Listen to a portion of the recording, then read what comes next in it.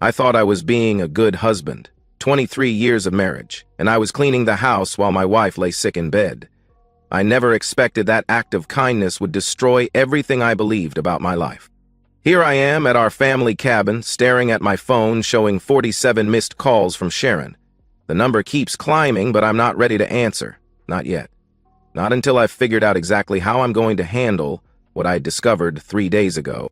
It was an ordinary Saturday morning. Sharon had been coughing all week, or at least, that's what I thought. She'd taken to her bed Friday night, claiming she felt terrible, asking me to handle the weekend chores. Being the dutiful husband I'd always been, I got up early, made coffee, and started my routine. Laundry first, then the bathrooms. And the smell of bleach and pine cleaner filled the house as I worked my way through our master bathroom. Sharon was still in bed, occasionally letting out a theatrical cough that echoed down the hallway. I remember thinking how dedicated she was to selling her illness, even when I wasn't in the room. I was thorough, methodical, 45 years old, and I still cleaned like my mother had taught me. Every surface, every corner. When I lifted the small wastebasket beside the toilet to empty it, the plastic liner caught on the rim.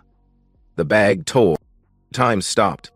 3 used condoms scattered across the pristine white tile floor like evidence at a crime scene. My mind went blank, then raced, then went blank again. We hadn't used condoms in 15 years. Not since I got my vasectomy after our youngest Mark was born. My hands started shaking. The cleaning supplies crashed to the floor as I stumbled backward, staring at the undeniable proof of my wife's betrayal.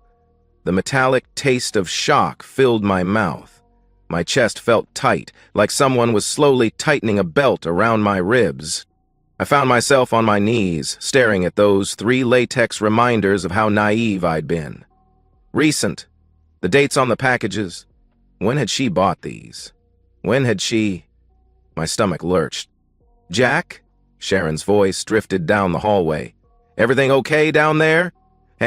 The concern in her voice made me want to vomit. How long had she been lying to me? How many Saturday mornings had I cleaned up evidence of her affairs without knowing it? "Fine," I called back, surprised by how steady my voice sounded. "Just dropped something." I stood up slowly, my legs unsteady. But something had shifted in my mind. A switch had flipped from shock to something colder, more calculating. I pulled out my phone and took pictures, multiple angles, the condoms, the torn bag, the bathroom where my wife had been entertaining someone else. Not someone. She knew who. This wasn't random. This was planned, repeated, deliberate. I gathered the evidence carefully, placing everything in a clean plastic bag. My hands were steady now. The shaking had stopped. I felt strangely calm, like I was watching someone else's life fall apart instead of my own. 23 years. Our children, Sarah and Mark. The house we'd built together. The retirement plans. The shared dreams and inside jokes and comfortable routines. All of it based on a lie. But I wasn't going to confront her. Not yet. She wanted to play games with my life? Fine. I was good at games. I'd spent 2 decades climbing the corporate ladder by staying 10 steps ahead of my competition. Sharon had no idea what she'd just unleashed. I finished cleaning the bathroom, taking my time, thinking through every detail. Then I walked upstairs to our bedroom, where my wife lay propped against pillows, scrolling through her phone. "Feeling better?" I asked. She looked up with those big brown eyes that had first attracted me in college. "A little. Thanks for taking care of everything, honey. You're such a good husband." The words hit me like a physical blow, but I kept my expression neutral. "Always happy to help. I'm going to run some errands." I placed the sealed bag of condoms on her nightstand, right next to her water glass. Then I removed my wedding ring, the gold band she'd placed on my finger with tears in her eyes 23 years ago, and set it on top of the bag. From my wallet, I pulled out a small piece of paper and wrote, "I know. Don't contact me." Sharon's face went white as she read the note, her eyes moving from the ring to the bag to my face. Her mouth opened and closed like a fish gasping for air. "Jack, I can explain." But I was already walking away. I grabbed my pre-packed overnight bag from the hall closet. I'd prepared it while she thought I was doing laundry, and headed for the door. "Jack, please. It's not what you think." I paused at the front door and looked back. She was standing at the top of the stairs in her nightgown, no longer bothering with the fake cough. Her face was streaked with tears, her carefully maintained composure finally cracking. 23 years, Sharon. We'll let the lawyers figure out what it was." I closed the door behind me and walked to my car, not looking back as she pounded on the windows, screaming my name. As I pulled out of our driveway, I watched our house, my house, disappear in the rearview mirror. For the first time in years, I had no idea what came next. But I knew exactly what I was going to do about it. Trat. The family cabin sits on 12 acres of Wisconsin woodland, 3 hours from our suburban home. My grandfather built it in the 1960s, and it's been my refuge since childhood. Sharon always complained it was too remote, too primitive. No cell service unless you climbed the hill behind the property. Perfect. I've been here 3 days now, and I'm not hiding, I'm orchestrating. The first night, I sat on the porch with a legal pad and wrote down everything I knew, everything I suspected, and everything I needed to find out. Sharon's recent behavior suddenly made sense through this new lens. The late nights at book club, the new gym membership she never seemed to use, despite coming home sweaty, the expensive lingerie I'd found in the laundry, lingerie she'd never worn for me. How long had I been the fool in this equation? By morning, I had a plan. I drove to the top of the hill where my phone picked up signal and made 3 calls. First, to my bank, transferring half our joint savings to an account in my name only. Legal, since it was marital property, but it would send a message. Second, to my lawyer, Harrison Beck, scheduling an emergency consultation for Monday. Third, to a private investigator Harrison had recommended years ago during a corporate fraud case. "I need documentation of an affair," I told the PI, a former cop named Rita Santos. "Photos, evidence, timeline?" "Money is no object." "How long do you think it's been going on?" he asked. I thought about the gym membership, the new perfume, the way Sharon had started doing her own laundry 6 months ago. At least half a year, maybe longer. "I'll need photos of your wife, her schedule, vehicle description, and I'll need you to stay out of the way while I work." Perfect. I was planning to anyway. The strange thing is how liberated I feel.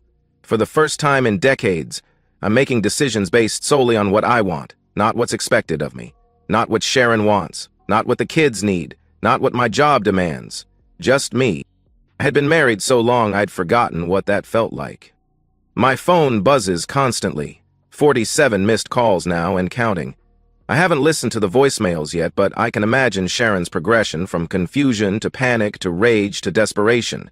She's probably called my office, my brother, maybe even the police by now. Good. Let her explain to everyone why her husband disappeared after 23 years of marriage. Let her try to spin this story without admitting what she's done. On the second day, I started thinking about our assets. The house is in both our names, but I've been making the mortgage payments for 20 years. Sharon's part-time job at the church barely covers her personal expenses. The retirement accounts, the investments, the life insurance policies. I've been the primary breadwinner since Mark was born. She's about to discover how expensive betrayal can be. I methodically go through our financial records, separating what's mine, what's hers, and what's ours. The prenup we signed was basic, but it includes an infidelity clause. Sharon had insisted on it, claiming she wanted to protect us both from temptation. The irony would be funny if it weren't so devastating. By the third day, I feel like a different person. The man who left that house was broken, betrayed, operating on pure emotion. The man sitting on this porch is thinking 10 moves ahead. I've already won this game, Sharon just doesn't know it yet. When I finally check my voicemails, the progression is exactly what I expected. The first few are Sharon crying, begging me to come home so we can talk. Then anger. "How dare you just leave like this? We have responsibilities." Then manipulation. "The kids are worried sick. Sarah's been calling every hour." But the last message isn't from Sharon. It's from Officer Janet Mills with the County Sheriff's Department, asking me to call regarding a missing person report filed by my wife. I stare at the phone, and for the first time in 3 days, I smile. Actually smile. She's playing victim, trying to control the narrative, probably told the police that her loving husband just vanished without explanation. Poor her, she has no idea what could have happened. She wants to play games. She has no idea who she's playing with. I've spent 20 years managing corporate crises, turning disasters into opportunities, outmaneuvering people who thought they were smarter than me.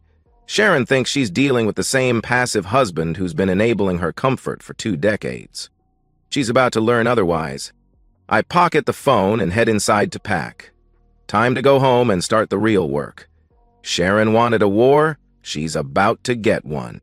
But first, I'm going to let her explain to a police officer why her husband might have left. I'm curious to see what stories she's settled on. The drive home feels different than the drive up. 3 days ago, I was running from my life. Now I'm driving toward my future. Sharon's 51 years old, and she's about to discover what it's like to start over from nothing. I've been a good husband for 23 years. Time to try being something else. The police officer sounds relieved when I call back Monday morning. Mr. Henderson, this is Officer Mills. We received a missing person report from your wife on Saturday. She was very concerned about your whereabouts.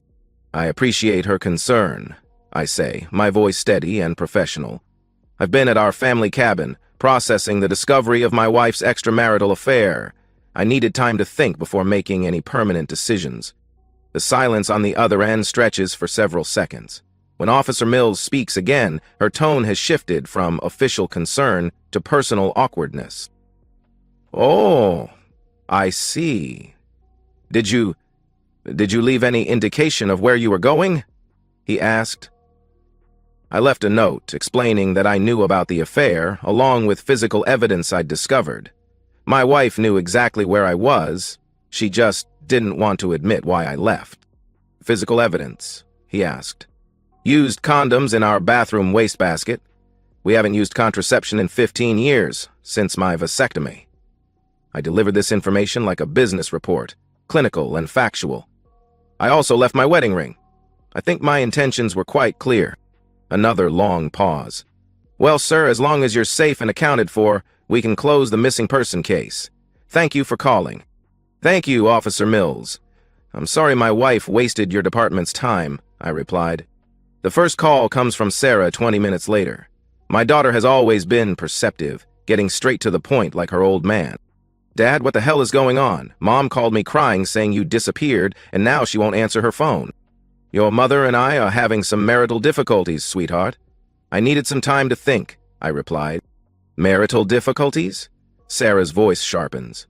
Dad, you guys never fight. What kind of difficulties? I paused, weighing my words carefully. Sarah's 25, married herself, old enough for the truth but young enough to be devastated by it? Your mother has been having an affair. I found evidence and needed space to process it. The silence stretches so long I think the call might have dropped. An affair? Sarah's voice is barely a whisper. Are you sure? I'm sure, I replied. Oh my God, Dad, I'm so sorry. How long have you known? Since Saturday morning.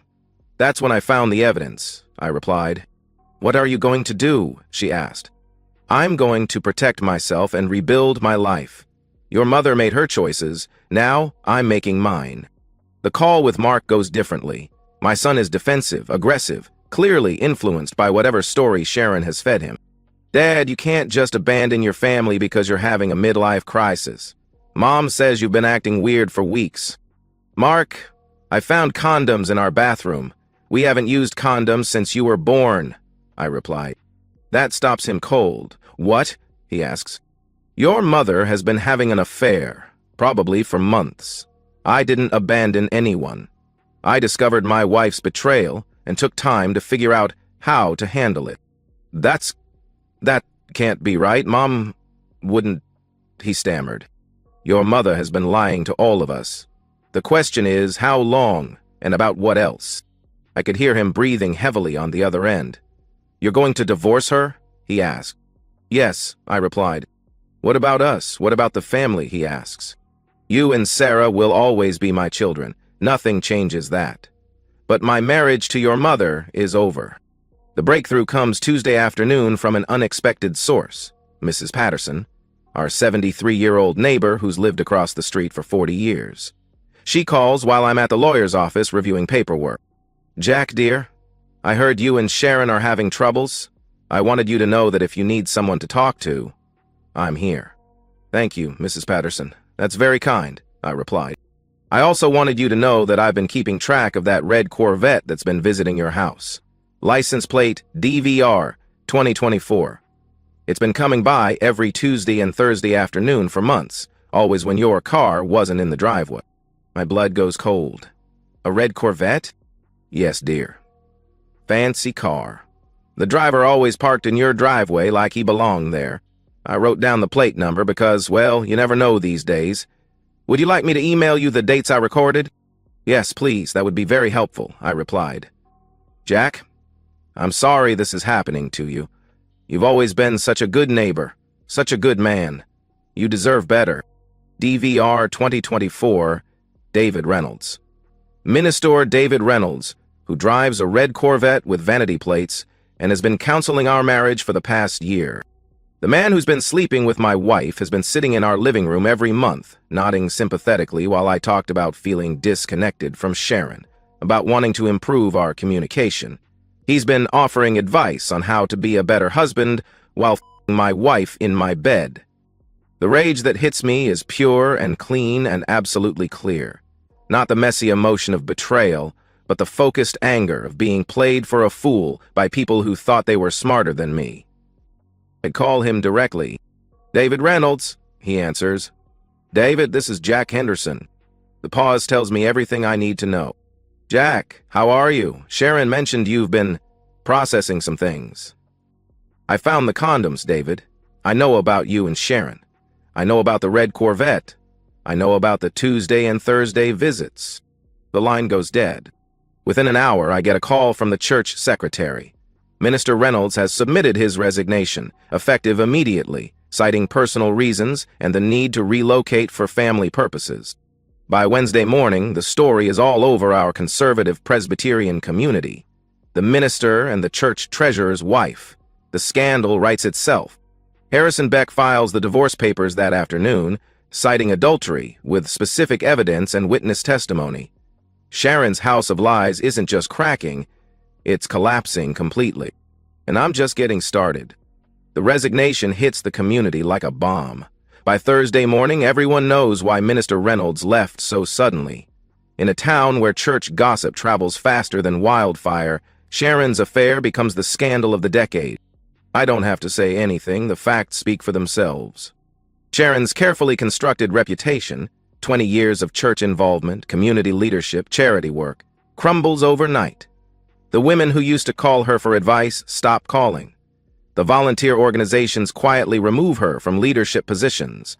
The social circle she'd cultivated treats her like a pariah. I watch it happen with clinical detachment. This isn't revenge, this is consequence. The call comes Friday evening. Sharon's voice is barely recognizable, raw, desperate, broken. "Jack, please, we need to talk. I'm pregnant." The words hit me like a physical blow. Pregnant. At 51, after 15 years of not needing birth control. "Congratulations," I say quietly. "I assume you know who the father is?" "Jack, please don't be like this. It could be—" I cut her off. "No, Sharon, it couldn't be. We haven't been intimate in 3 months, and even if we had, I've had a vasectomy for 16 years. Don't insult both of us by pretending otherwise." She starts crying. The ugly, desperate sobs of someone whose world has completely collapsed.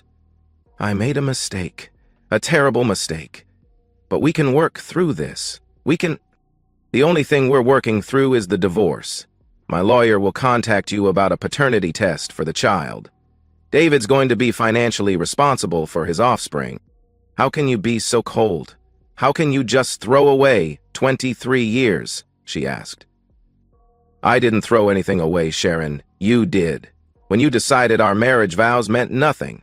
When you brought him into our home, into our bed.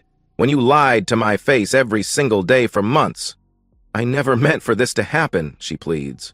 "You meant for every bit of it. The condoms don't lie, Sharon. You planned this. You prepared for it. You chose it.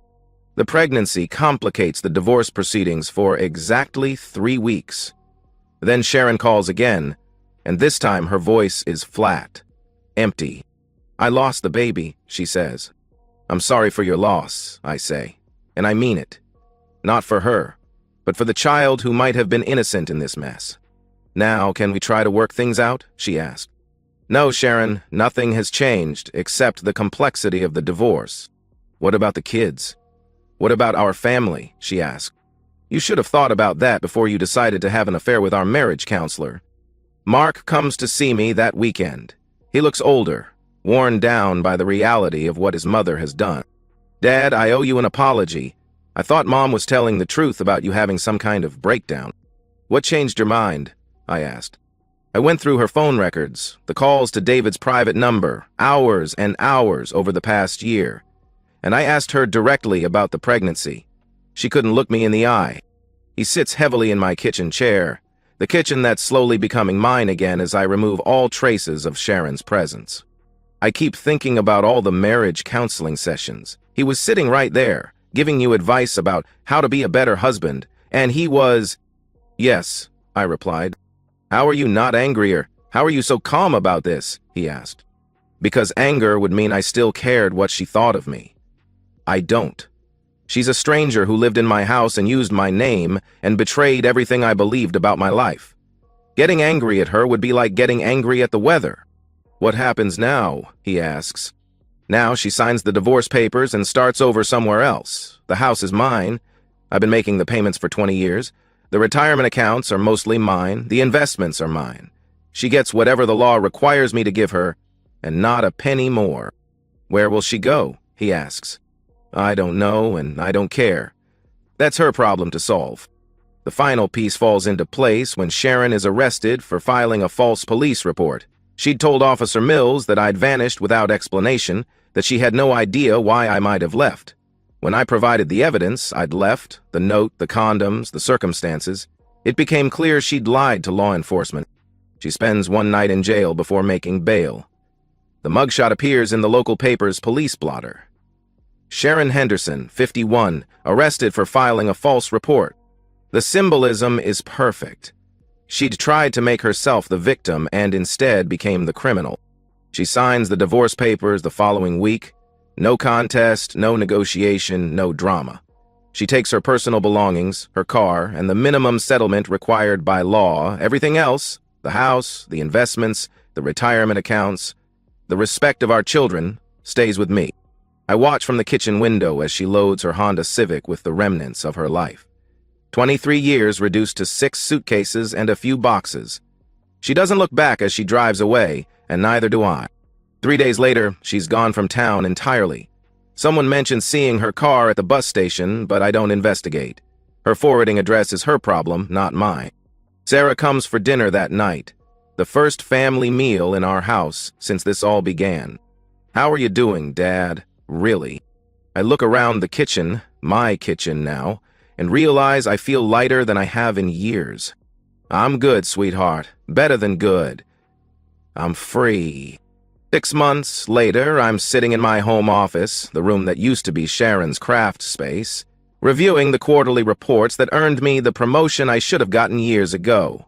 When you're not distracted by a disintegrating marriage, it's amazing how much sharper your professional focus becomes. The house feels completely different now. Cleaner, somehow, more honest. I've removed every trace of Sharon, except for family photos that include Sarah and Mark. They visit regularly, and our relationships are stronger than ever. Mark, especially, has grown up in ways I didn't expect. Discovering his mother's betrayal forced him to reevaluate everything he thought he knew about family, loyalty, and responsibility. Sarah moved in for 2 months after the divorce, claiming she wanted to help with the transition. Really, I think she needed to process her own feelings about her mother's actions. We spent long evenings talking through 23 years of marriage, identifying the red flags we'd all missed, the small lies that built into the massive deception. "I keep thinking about all the times she criticized you," Sarah said one night. "About how you worked too much, or you weren't romantic enough, or you didn't pay enough attention to her needs. She was making you feel guilty for not being perfect while she was sleeping with David Reynolds." The guilt was the point, I realized. If I was always trying to be a better husband, I wouldn't notice she was being a terrible wife. My morning routine has become sacred.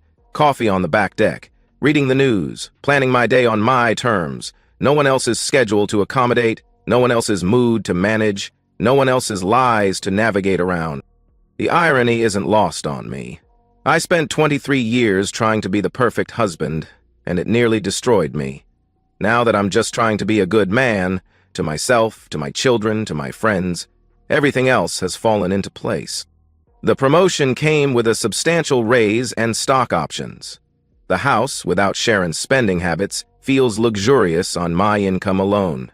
I've started traveling, something Sharon always found excuses to avoid. Last month, I spent a week in Colorado hiking trails I'd wanted to explore for years. 3 weeks ago, I received a forwarding address from Sharon's lawyer. She's moved to Arizona, apparently started over with a new identity in a town where no one knows her story. I threw the letter away, unopened. Whatever she's doing now is no longer my concern. The kids ask sometimes if I'm angry, if I hate her, if I want revenge. The answer is no to all three. You can't hate someone who no longer exists in your world. You can't seek revenge against someone who's already destroyed themselves. Sharon wanted to have an affair? She got one, along with all the consequences that came with it. Public humiliation, loss of family, financial ruin, social exile. She chose all of it when she chose to betray 23 years of marriage. I chose differently. I chose to rebuild rather than destroy, to focus on my future rather than her past, to become someone better rather than someone bitter. The man who discovered those condoms 6 months ago thought betrayal would destroy him. He was wrong. It freed him to become the man he was always meant to be. Just on his own terms this time. Tonight, Mark is coming for dinner. We're grilling steaks and watching the game, and for the first time in longer than I can remember, I'm looking forward to an evening at home. I thought being a good husband would save my marriage. Turns out, being a good man saved my life instead. And that's the end of today's story. If you enjoyed it, please give this video a thumbs up and drop a comment below. Your support helps the algorithm push my content further. If you're new to the channel, don't forget to hit that subscribe button. It really helps me keep creating more stories for you. Thanks for watching, and I'll see you in the next one.